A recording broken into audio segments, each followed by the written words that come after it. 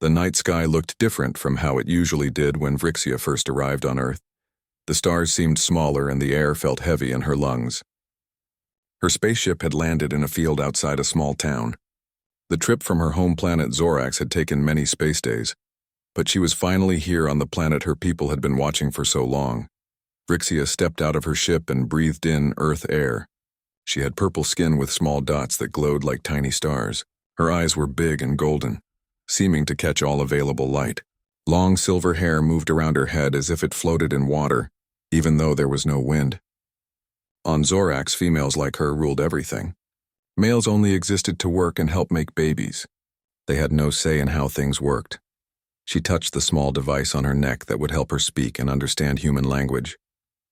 Her mission was simple: learn about humans, find their weaknesses, and report back so her people could decide if Earth was worth taking over. The ship had a special covering that made it invisible to human eyes. Vrixia turned it on and walked away from her hidden ship. She wore clothes that looked almost human, jeans and a long-sleeved shirt to hide her purple skin. She had gloves for her 6-fingered hands and big sunglasses to cover her golden eyes. A hat hid her moving silver hair. From far away, she might pass as a human woman. Lisa Jones could not sleep that night. Something kept her awake, a feeling that something important would happen soon. She got up from her bed and went to her backyard to look at the stars. That was when she saw a flash of light in the sky, something falling to Earth. It looked like it landed in the field past her street. Most people would have gone back inside, scared or thinking they had seen things. But Lisa was different. She always wanted to know more, to see what others missed. She put on her shoes and jacket and walked toward where she thought the light had landed. The field was dark and quiet when Lisa arrived. She used the light on her phone to see where she was going. At first, she found nothing strange. Then she heard a sound like someone walking through tall grass. "Hello?" Lisa called out. "Is someone there?" Vrixia froze. She had not expected to meet a human so soon. She was not ready. But the human had heard her. She had to say something or risk looking more suspicious by running away. "Yes," Vrixia said, her translator making her voice sound almost normal. "I am just walking." Lisa pointed her light toward the voice and saw what looked like a woman standing in the grass. "Kind of late for a walk, isn't it?" "I could not sleep," Vrixia said, using an excuse she had heard in human shows that her people watched. Lisa got closer. "Me neither. I'm Lisa Jones. My name is—" Vrixia almost said her real name but stopped herself. "Victoria." She had picked this name from a list of common Earth names. As Lisa got closer, she noticed something odd about the woman. She was very tall, and even in the dark, something seemed off about how she moved. "Do you live around here?" Lisa asked. "I haven't seen you before." "I am new here," Vrixia said. "Just arrived." A cloud moved away from the moon and more light fell on the field. Lisa could now see Victoria better. The woman adjusted her sunglasses. "Are you wearing sunglasses at night?" Lisa asked, finding it strange. Vrixia touched her glasses. "Yes, my eyes are sensitive." Lisa knew something was not right. People don't wear sunglasses at night in an empty field. "Where did you come from?" "Really?" Vrixia felt trapped. This human was asking too many questions. She could try to run, or she could end this human's life to keep her secret. But something about Lisa made Vrixia curious. Maybe this was a chance to learn more about humans up close. "If I tell you, you will not believe me," Vrixia said. Lisa crossed her arms. "Try me. I've heard a lot of strange things in my life." Vrixia slowly took off her sunglasses. Her golden eyes glowed in the moonlight. Lisa gasped but did not run away. "You're not from around here," Lisa said, her voice quiet. "Not just new to town. You're not from Earth at all, are you?" Vrixia shook her head. She removed her hat and her silver hair moved like it was alive. "No, I come from a planet called Zorax, very far from here." Lisa should have been scared. She should have run away screaming. Instead, she smiled. "I knew it. I always knew we weren't alone in the universe." Vrixia was confused by this reaction. "You are not afraid?" "Oh, I'm totally freaked out," Lisa admitted. "But this is the most amazing thing that's ever happened to me. Are you here to, take over the world or something?" Vrixia did not know what to say. That was exactly why her people had sent her. To see if Earth was worth taking over, but saying so might not be wise. "I am here to learn," Vrixia said. which was at least partly true. Well, you picked a weird spot to start, Lisa said, looking around at the empty field. Not much to learn here except about grass and bugs. Vrixia found herself almost smiling at the human's words. Perhaps you could help me. Show me your world. Lisa thought about this for a moment. She had a job at the local coffee shop and not much else going on in her life. Helping an alien learn about Earth sounded much more interesting. Okay, Lisa said, but you need a better disguise. Those gloves and sunglasses at night are pretty suspicious. I cannot show my true self to humans, Vrixia said. They would be afraid. They might hurt me or try to catch me. Lisa nodded. You're probably right about most people. But let's get you somewhere safe first and we can figure out a better plan. Lisa took Vrixia to her small house. She lived alone, so she didn't have to explain the strange visitor to anyone. Once inside, Vrixia removed her disguise. Lisa tried not to stare at the alien woman's purple skin, moving hair and 6 fingers. So, what do you want to know about Earth? Lisa asked. Everything, Vrixia said, but mostly about how humans live together. On my world, females control everything. Males have no power, no voice. They only work and help make new life. Is it the same here? Lisa laughed. No, not at all. I mean, things aren't perfect between men and women here, but we're supposed to be equal. People are just people here, regardless of if they're male or female. Vrixia looked confused. Males make decisions? They lead? Some do, yes. Just like some women do. It depends on the person, not what gender they are. This idea was completely new to Vrixia. On Zorax, no one had questioned the way things were for thousands of years. Females were stronger, smarter, and in charge. That was just how it was. I would like to see this, Vrixia said. See how males and females work together. Lisa thought for a moment. I work at a coffee shop. The manager is a man named Steve. My coworker Tina handles all the money because she's good with numbers. It's a small example, but you could come watch tomorrow. Vrixia agreed, and they spent the rest of the night talking. Lisa explained about human families, jobs, and how people lived. Vrixia was especially interested in the idea that humans chose who they loved, who they lived with, and what work they did. On Zorax, all those things were decided based on what was best for everyone, not what individuals wanted. As the sun began to rise, Vrixia put her disguise back on. I will come to your coffee shop later, she said. I need to check on my ship first and send a message home. Lisa nodded, suddenly worried about what that message might say. Was she helping an alien spy prepare for an invasion? What will you tell them? Lisa asked. Your people? Vrixia paused by the door. That I need more time to learn. That humans are complicated. After Vrixia left, Lisa wondered if she had made a huge mistake. But it was too late now. She had invited an alien into her home, and tomorrow she would take her to meet more humans. Lisa just hoped she wasn't helping Vrixia find Earth's weaknesses for an attack. Meanwhile, Vrixia walked back to her ship, thinking about what she had learned. Humans were nothing like what her leaders had described. They weren't simple or easy to understand, and this idea of equality between males and females made her question everything she had been taught. The next morning, Lisa got ready for work at the coffee shop. She kept thinking about Vrixia and wondered if the alien woman would really show up. Maybe last night had been a dream. But the chair where Vrixia had sat still had a few shining dots on it, like tiny stars that had fallen from her skin. The coffee shop was busy when Lisa arrived. Her boss Steve was making drinks while her coworker Tina handled the money. It was a small place but popular with locals. You look tired, Steve said when he saw Lisa. Rough night? Lisa almost laughed. If he only knew. You could say that. That's someone interesting. Tina raised an eyebrow. A guy? No, just a new friend. She might stop by today. Lisa put on her apron and started taking orders. She kept watching the door, waiting for Vrixia to appear. Would her disguise be good enough? Would people notice something strange about her? Around noon, the door opened and Vrixia walked in. She wore the same clothes as last night, but had added a scarf to cover more of her neck and face. The sunglasses still looked odd indoors, but at least they hid her golden eyes. Lisa waved and Vrixia walked to the counter. Hello, the alien woman said. Her voice sounded more human today. She must have adjusted her translator. Hey, glad you could make it, Lisa said. Want to try some coffee? Vrixia tilted her head. Is this a popular human drink? Steve, who was nearby making a latte, looked over with a confused expression. Popular human drink?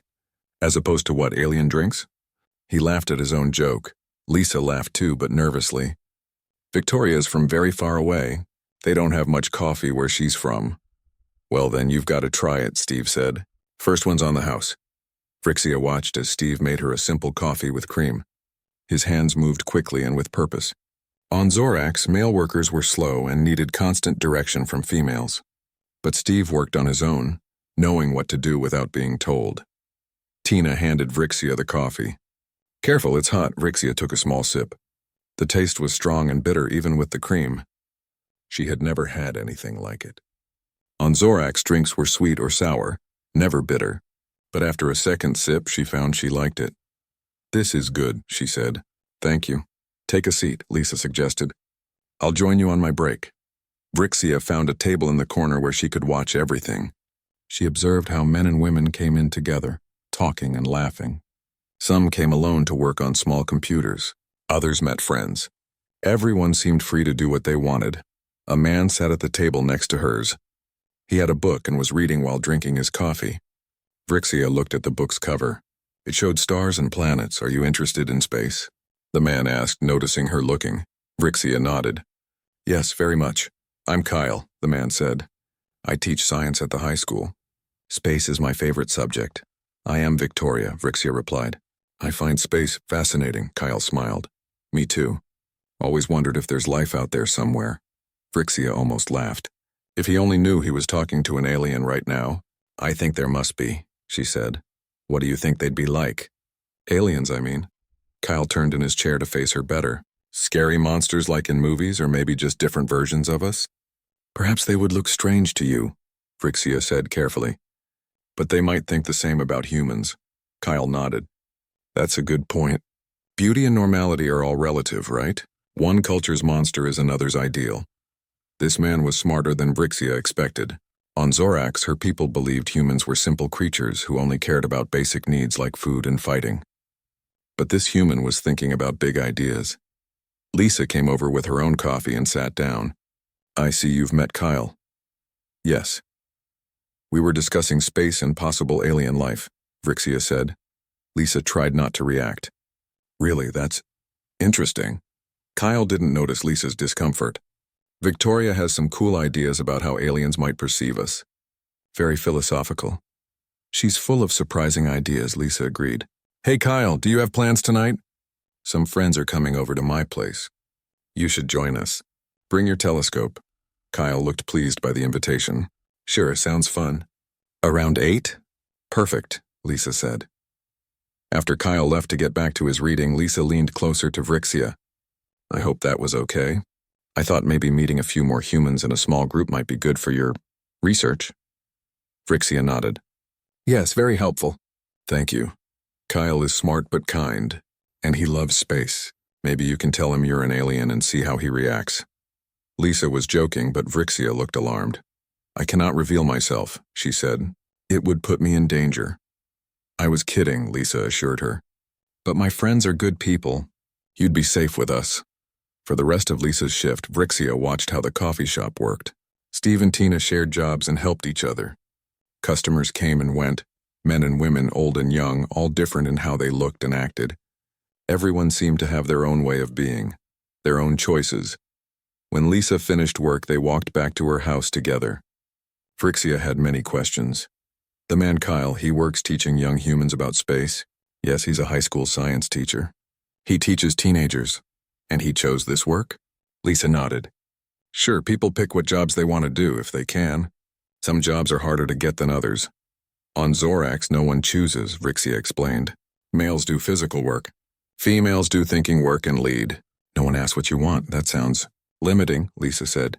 It is efficient, Vrixia replied. But for the first time, she wondered if efficient was the same as good. At Lisa's house, Vrixia removed her disguise. Her silver hair moved wildly as if excited to be free again. Her purple skin seemed to glow a little in the dim light of Lisa's living room. Your friends who are coming tonight?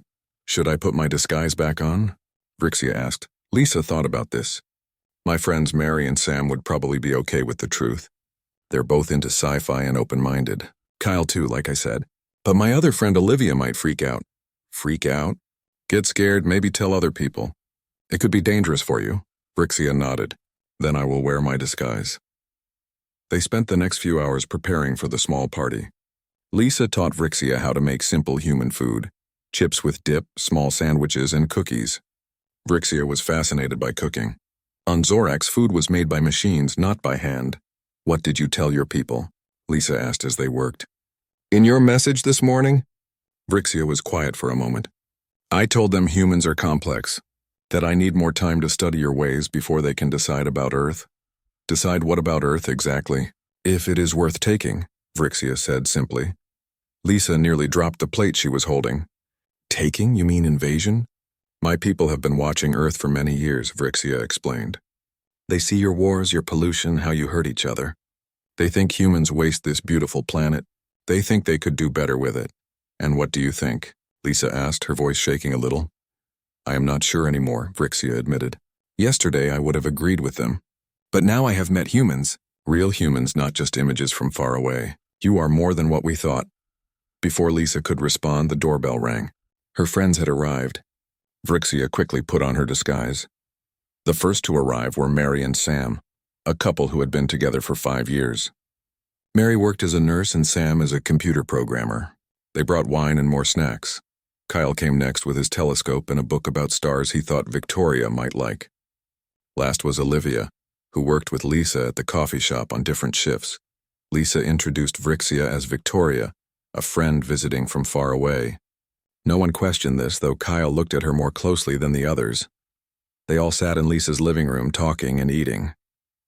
Vrixia was quiet at first, just watching how they interacted. Mary and Sam sat close, sometimes touching hands or shoulders without thinking. Kyle talked excitedly about a new planet scientists had discovered.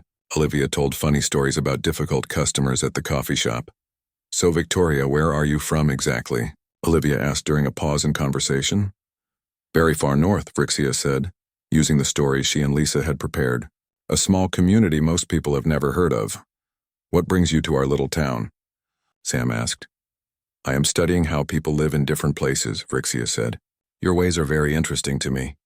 Like an anthropologist? Kyle asked. Vrixia looked to Lisa for help, not knowing this word. Sort of, Lisa said quickly. Victoria is interested in social structures, how people interact, that kind of thing. Well, we're pretty boring here, Olivia said with a laugh. Small town, simple lives? Not to me, Vrixia said. I find everything about you fascinating. After eating and talking inside, Kyle suggested they go to the backyard to use his telescope. The night was clear, perfect for looking at stars. Everyone went outside carrying their drinks. Kyle set up his telescope and started pointing it at different stars, letting each person take a turn looking. Victoria, you want to see? Kyle asked, stepping back from the telescope. Vrixia approached carefully. She knew these stars better than any human, had traveled among them, but she was curious to see how they looked through human technology. She bent to look through the telescope. The stars seemed so small and far away through this simple device. On her ship, the viewing screen showed stars in all their true beauty and detail. What do you think? Kyle asked. It is. Nice, Vrixia said. Your technology has come far. Kyle laughed. This is just a basic home telescope. The big observatories have ones thousands of times more powerful. Can you see your home from here? Lisa asked Vrixia, then quickly added, I mean your hometown? Vrixia looked up at the night sky. Her star was visible from Earth, but humans had a different name for it. No, it is too far to see even with telescopes. Where exactly are you from? Kyle asked, his interest growing. You talk about our ways like they're completely new to you. Olivia nodded. Yeah, and no offense, but you talk kind of funny. Very formal. Vrixia looked to Lisa again, unsure what to say. These humans were noticing that she was different. Victoria grew up in a very isolated community, Lisa explained. They have their own ways of doing things, their own way of talking. Like the Amish? Sam asked. Sort of, Lisa said, though she wasn't sure Vrixia would know who the Amish were either. Kyle was still watching Vrixia closely. Your eyes look strange behind those glasses. And why are you wearing sunglasses at night anyway? Vrixia touched her glasses nervously. My eyes are sensitive to all light. I have a medical condition. What's it called? Asked Mary, who worked as a nurse. Maybe I've heard of it. Vrixia didn't know human medical terms. She looked at Lisa desperately. It's very rare, Lisa said quickly. Look, can we drop the questions? Victoria is my guest, not someone to interrogate. The others looked embarrassed and apologized. They went back to looking at stars and talking about normal things. But Kyle kept watching Vrixia when he thought no one would notice. Later, when Olivia, Mary, and Sam had gone inside to get more drinks, Kyle approached Vrixia, who was standing alone looking up at the stars. You're not from around here, he said quietly. And I don't just mean this town. Vrixia turned to him. What do you mean? The way you look at everyday things like coffee or cooking as if they're brand new. How you talk about our ways and humans like you're studying us. The way you stare at the stars with such longing. Vrixia didn't know what to say. This human was too observant. I won't tell anyone, Kyle said. But I think I know what you are. Just then, Lisa came out of the house and saw them talking. She hurried over. Everything okay out here? Kyle looked from Lisa to Vrixia and back again. I was just telling Victoria that I think I know her secret. Lisa's eyes went wide. Kyle, it's okay, he said. Like I said, I won't tell anyone. But I've believed we're not alone in the universe my whole life. I just never thought I'd actually meet someone from another world. Vrixia was silent for a long moment. Then she slowly removed her sunglasses. In the darkness of the yard, her golden eyes glowed slightly. You are very perceptive for a human male. Kyle's face showed amazement, not fear. I knew it. This is incredible. You cannot tell the others, Lisa said urgently, especially not Olivia. She wouldn't understand, Kyle nodded. I promise. But can I ask questions? I have so many. Inside voices, Lisa cautioned them. The others will be back any second. They moved to a corner of the yard away from the house. Kyle had dozens of questions about Vrixia's world, her ship, how she traveled through space. Vrixia answered carefully, not giving away too much. Why are you here? Kyle finally asked. Just to study us? Before Vrixia could answer, Mary called from the back door. Hey, what are you guys talking about so seriously over there? Just debating if Pluto should still be called a planet, Kyle called back with a quick smile. Victoria has some strong opinions. The three of them rejoined the others and the conversation moved to other topics. But now Kyle would occasionally catch Vrixia's eye and smile, sharing their secret. The party ended around midnight. As everyone was leaving, Kyle handed Vrixia a piece of paper with his phone number. If you ever want to talk more about astronomy, he said with a meaningful look. When everyone was gone, Lisa collapsed onto her couch. Well, that was stressful. I didn't expect Kyle to figure it out. Vrixia sat beside her, removing her hat and letting her silver hair move freely. He is unusually smart for a male. Lisa gave her a look. There you go again with that for a male stuff. On Earth, being smart isn't about gender. This is hard for me to understand, Vrixia admitted. On my world, it is simple. Females are smarter. Males are stronger. Each knows their place. But don't you see how limiting that is? Kyle is smart. Sam is gentle and creative. They're not just males who fit in some box. They're people just like you and me. Vrixia was quiet, thinking about this. Your world is more complex than mine in some ways. We have advanced technology, can travel between stars, but our society is simple, unchanging. Yours is always changing, full of differences and choices. Is that good or bad? Lisa asked. I am not sure yet, Vrixia said. But it is interesting. The next day, Lisa had to work again. Vrixia decided to explore the small town on her own. With her disguise in place, she walked through streets, looking in store windows and watching humans go about their day. She saw parents with children, old couples holding hands, teenagers laughing together. Everyone seemed to have connections, relationships that they chose. Vrixia found herself near the high school where Kyle worked. School was in session, and through a window she could see him teaching a class. He stood in front of young humans, pointing at a board with pictures of planets. His face was full of excitement as he talked. The young humans watched him with interest, asking questions that he answered patiently. On Zorax, males never taught. Education was too important to trust to them. Yet here was Kyle, sharing knowledge, helping young minds grow, and he was good at it. As she watched, she felt something strange. A warmth when she looked at him, a wish to talk with him more. Was this what humans called attraction? On Zorax, females chose males only for making babies or for physical pleasure. Emotional connection was not part of it. Lost in these thoughts, she didn't notice Kyle had seen her through the window. When his class ended, he came outside to find her. Victoria, he said, approaching her. "What are you doing here?" "I was walking, learning about the town," she said. "I saw you teaching." Kyle smiled. "Want to come in? The students are at lunch now. I have some time." Phrixia followed him into the school building. It was noisy, full of young humans moving through hallways. Some looked at her curiously as Kyle led her to his classroom. Inside, the room was full of space pictures and models of planets. A large poster showed Earth's solar system. "Your solar system is very small," Phrixia said, looking at the poster. "Just 8 planets. That we know of," Kyle said. "There might be more out there we haven't discovered yet. Your people probably know a lot more about space than we do." Phrixia nodded. "We have been traveling between stars for many hundreds of years." "That's amazing," Kyle said, his eyes bright with interest. "We've barely made it to our own moon." "Your technology is young," Phrixia agreed, "but growing quickly."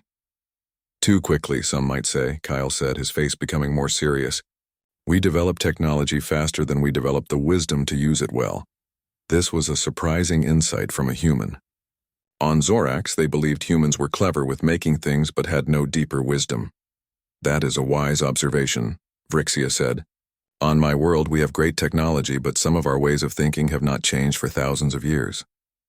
"Like what?" Kyle asked. "Like how we see males and females," Phrixia said.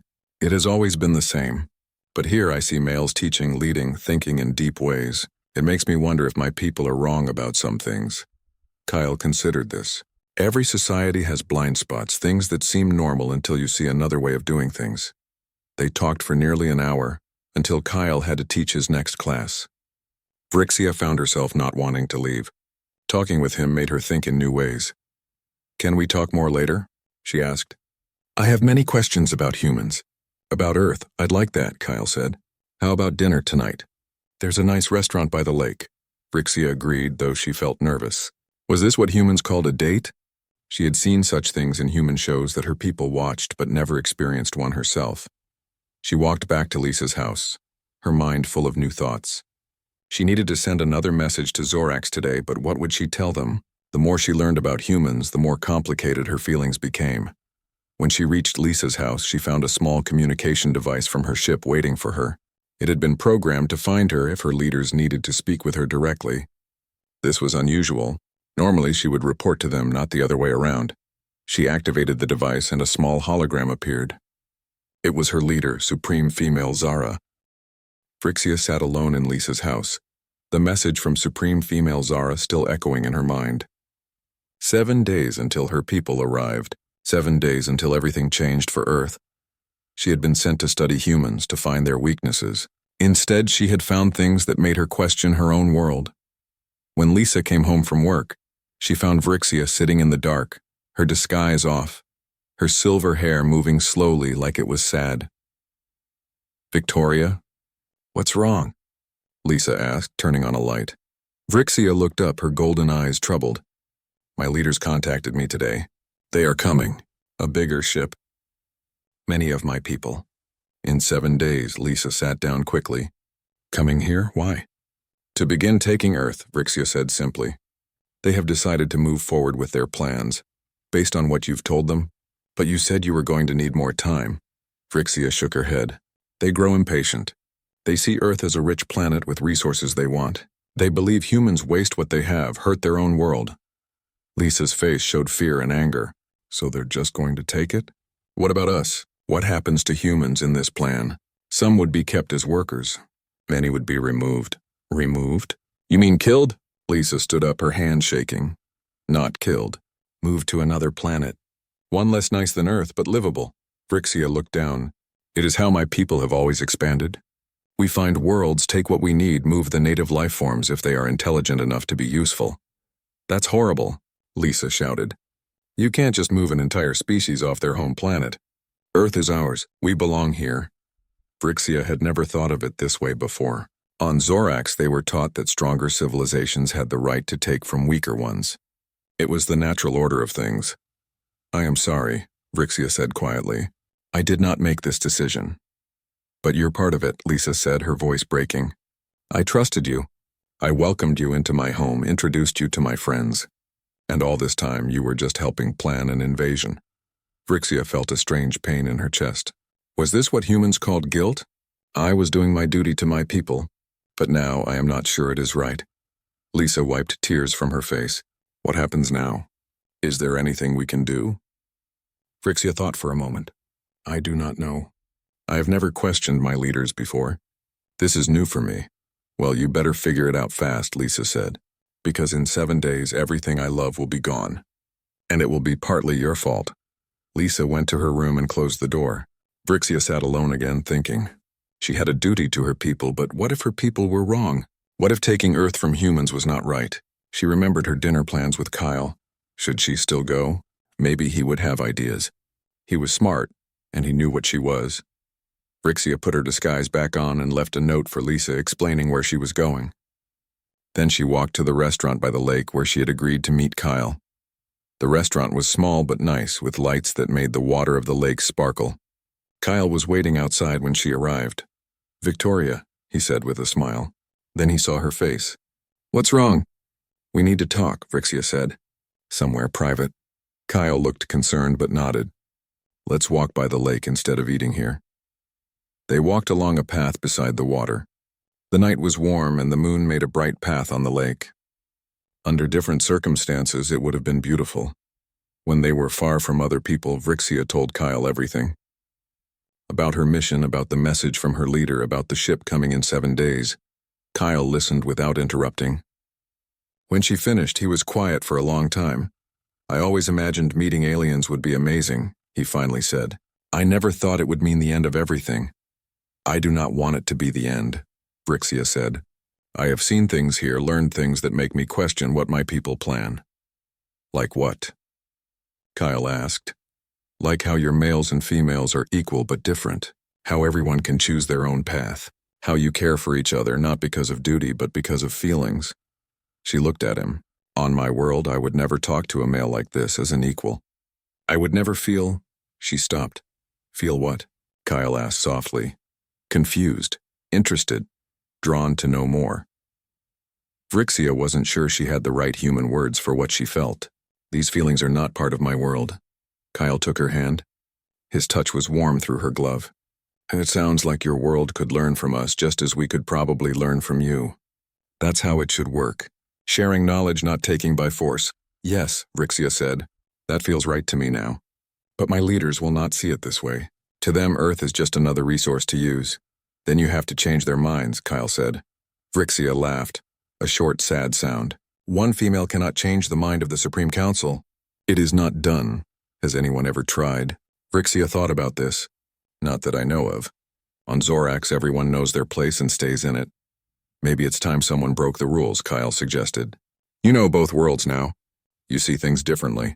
Maybe you're exactly the one who should speak up. Phrixia felt afraid at the thought. Going against her leaders was unheard of. But letting them take Earth hurt humans like Lisa and Kyle. That seemed worse somehow. I do not know how to stop them, Phrixia admitted. They are powerful. They have weapons your world has never seen. Kyle thought for a moment. What if you could show them what they'd be destroying? Not just resources, but people, culture, beauty. How would I do that?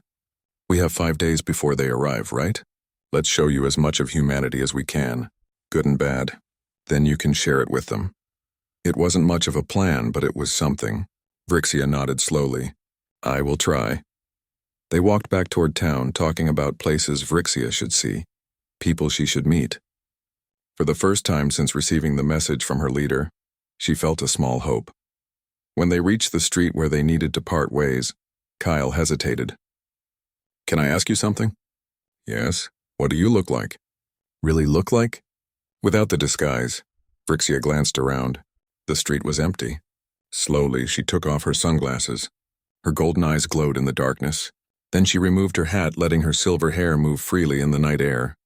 Kyle stared at her with wonder, not fear. You're beautiful, he said softly. No male had ever called Phrixia beautiful before. On Zorax, males did not speak to females this way. It made her feel strange, warm inside. Thank you, she said, not knowing what else to say. Kyle stepped closer. May I? He asked, his hand raised slightly. Phrixia nodded, not sure what he was asking. Gently, Kyle touched her hair, watching as it moved around his fingers like water. Amazing, he whispered. For a moment they stood close, looking at each other. Then Vrixia heard a sound and quickly put her disguise back on. A car drove by, its light sweeping over them. "I should go back to Lisa's," Vrixia said. "She is upset with me." "Of course she is," Kyle said. "Her whole world is threatened. But I think she'll help us if we ask. She's a good person." "Yes. One of many good people here." They made plans to meet the next day. Kyle would take the day off from teaching to show Vrixia more of human life. They would ask Lisa to help too if she was willing. When Vrixia returned to Lisa's house, she found her sitting in the living room, still awake. Her eyes were red from crying. "I'm sorry," Vrixia said. "For everything." Lisa looked up at her. "Are you? Or are you just doing your job?" "I am sorry," Vrixia repeated. "I have been talking with Kyle. I want to try to stop my people, to show them they are wrong about Earth." Lisa's expression changed slightly. "How?" Vrixia told her about the idea to show her as much of humanity as possible before the ship arrived. It wasn't much, but it was a start. "They might still not listen," Lisa pointed out. "What then?" "Then," Vrixia took a deep breath, "then I will have to make a choice. Between my duty to my people and what I know is right." Lisa studied her for a long moment. "I want to believe you. I really do. But this is everything we're talking about. My whole world." "I know," Vrixia said. "I am asking you to trust me again." "I know that is hard," Lisa was quiet, thinking. Finally she nodded. "Okay, I'll help. Not because I trust you completely, but because I don't have any better ideas, and because I think you really have started to care about us." The next morning, Lisa called in sick to work. She and Vrixia met Kyle at his house. Together they made a plan for the next 5 days. They would show Vrixia as much of human life as they could, both good and bad. She would record everything on a small device from her ship, to show her leaders. "They need to see that humans are worth knowing, worth learning from," Vrixia explained. "Not just moving aside for what we want." "Where do we start?" Lisa asked. Kyle had an idea. "Let's start with what makes us human. Family, art, music, food. The things that make life worth living." They spent the day visiting a museum where Vrixia saw human art spanning thousands of years. She watched children playing in a park, families having picnics, couples walking hand in hand. They took her to a concert where a small band played music that made people dance and smile. Everywhere they went, Vrixia recorded what she saw. She asked questions trying to understand what these things meant to humans. "Why do you make art?" she asked as they looked at paintings in the museum. "It serves no practical purpose." The next few days passed quickly as Lisa and Kyle showed Vrixia more of human life. They visited a hospital where Vrixia saw humans caring for the sick and hurt. They went to a homeless shelter where people with nothing still helped each other. They saw a school full of children learning, a farm where people grew food, and a factory where workers made things. Vrixia recorded it all. She saw the good things. Humans helping each other, creating beautiful art and music, loving their families. But she also saw the hard things, poverty, sickness, and how humans sometimes hurt each other and their planet. "Your people are not perfect," she told Lisa and Kyle as they sat in a cafe on the 5th day. "You fight wars. You make too much trash. You let some people have too much while others have too little." "We know," Lisa said. "We're still figuring things out. Still growing. But that's what makes us human," Kyle added. "We try, we fail. We learn and try again. We're not static. We're always changing, hopefully for the better." Vrixia thought about Zorax. Her world was clean, efficient, and orderly. Everyone had what they needed. But nothing ever changed. No one ever questioned the way things were. "My people have not changed in thousands of years," she said. "We think we are perfect already. But now I wonder if we have stopped growing." As they talked, Vrixia's small communication device made a sound. She pulled it out and a hologram appeared. It was an update from her leaders. "The ship will arrive tomorrow at midnight," a voice said. "Be at your landing site to meet us." The hologram disappeared. Vrixia looked at her friends. "They come tomorrow night. Sooner than we thought." Lisa's face showed fear. "Are you ready? Do you know what you'll say to them?" Vrixia wasn't sure. She had seen so much, learned so much. But would it be enough to change minds that had been set for thousands of years? "I will try my best," she said. "I will show them what I have seen. Tell them what I have learned." Kyle reached across the table and took her hand. Over the past days, they had grown closer. Vrixia had never felt this way about anyone before, especially not a male. "What if they don't listen?" he asked quietly. Vrixia had been thinking about this. Then I must make a choice. The hardest choice of my life. That night, back at Lisa's house, Vrixia prepared what she would say to her leaders. She organized all the recordings she had made, all the things she had seen. She practiced her words carefully. Lisa watched her work. You really care about us now, don't you? About Earth, Vrixia nodded. Yes. Your world has so much that mine has forgotten. Choice, change, feeling. I cannot let my people take that away. What will happen to you if you stand against them? Lisa asked. I will be punished, Vrixia said simply. Perhaps sent away to work in the mines on a far planet. Perhaps worse. Lisa looked shocked. Then why risk it? Why not just go with them, save yourself? Because it would not be right. Vrixia was surprised at her own words. Before coming to Earth, she had never questioned what was right or wrong. She had only followed the rules of her world. The next day was the last before the ship would arrive. Vrixia spent it with Lisa and Kyle, not recording or learning new things, but simply being with them as friends. They went to the lake and sat by the water. They had a picnic in the grass. They talked and laughed and tried not to think about what would happen that night.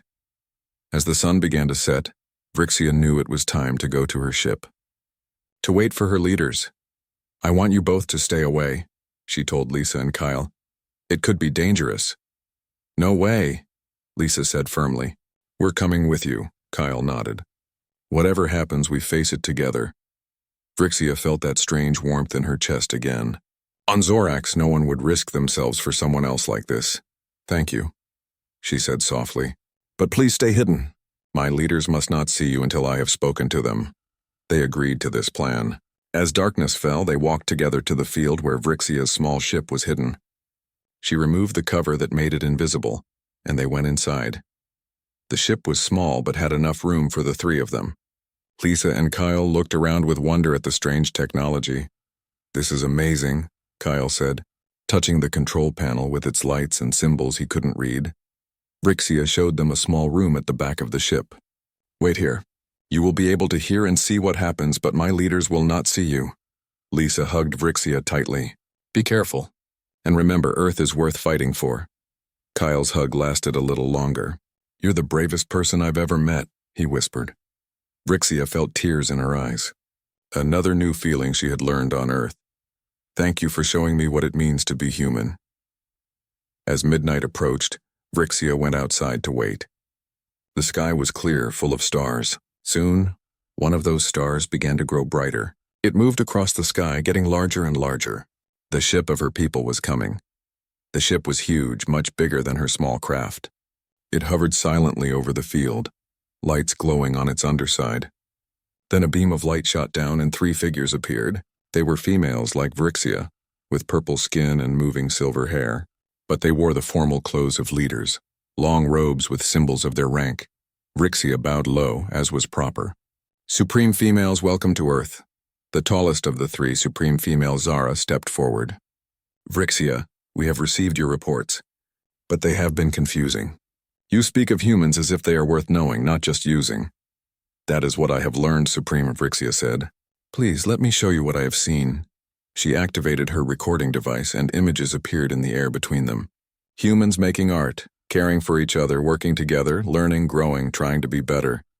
These creatures have much to teach us, Vrixia said. They are not perfect.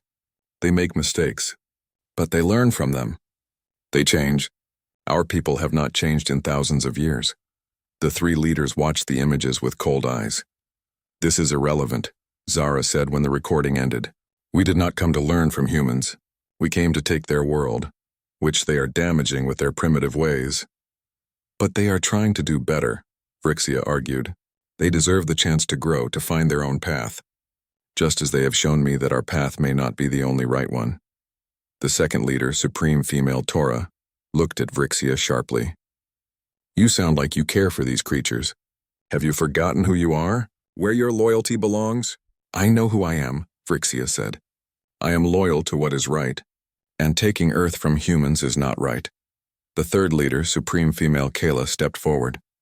You have been contaminated by your time here. You will return to the ship for cleansing and re-education. Vrixia stood straighter, not bowing now. No, I will not. The three leaders looked shocked. No one ever said no to the Supreme Council. You dare to defy us? Zara's voice was cold with anger. I do, Vrixia said, and I am not alone. At that moment, Lisa and Kyle came out of the small ship. They stood beside Vrixia, one on each side. These are my friends, Vrixia said. They have taught me what it means to be brave, to stand up for what is right. Humans are not perfect, but they try to be better. My question is, do we? The three leaders looked at the humans with disgust. You bring these creatures to speak to us? Tora said. They are beneath us. Kyle stepped forward. We're not beneath anyone. Different, yes. Less advanced in some ways, sure. But we have something your people seem to have forgotten. The ability to grow, to change, to become better than we are. Lisa joined him. Vrixia has seen the best and worst of humanity, and she still thinks we're worth saving. That should tell you something. Zara looked at Vrixia. You would choose these humans over your own people? I choose what is right, Vrixia said again. I choose learning over taking, growing over staying the same, feeling over coldness. This is unacceptable, Zara said.